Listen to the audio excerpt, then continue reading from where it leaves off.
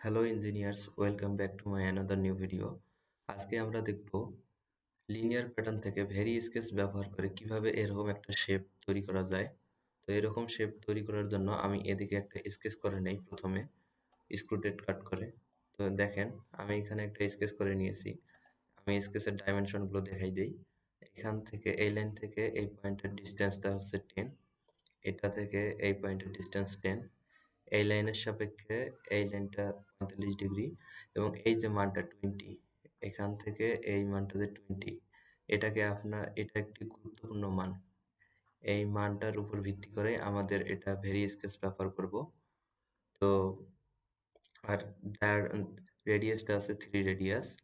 তো আমি circular linear প্যাটার্নে চলে যাই। এখানে লিনিয়ার প্যাটার্নে চলে গিয়ে এখানে দেখেন ভেরি স্কেচটা আমাদের শো করতেছে না। ভেরি স্কেচটা শো করানোর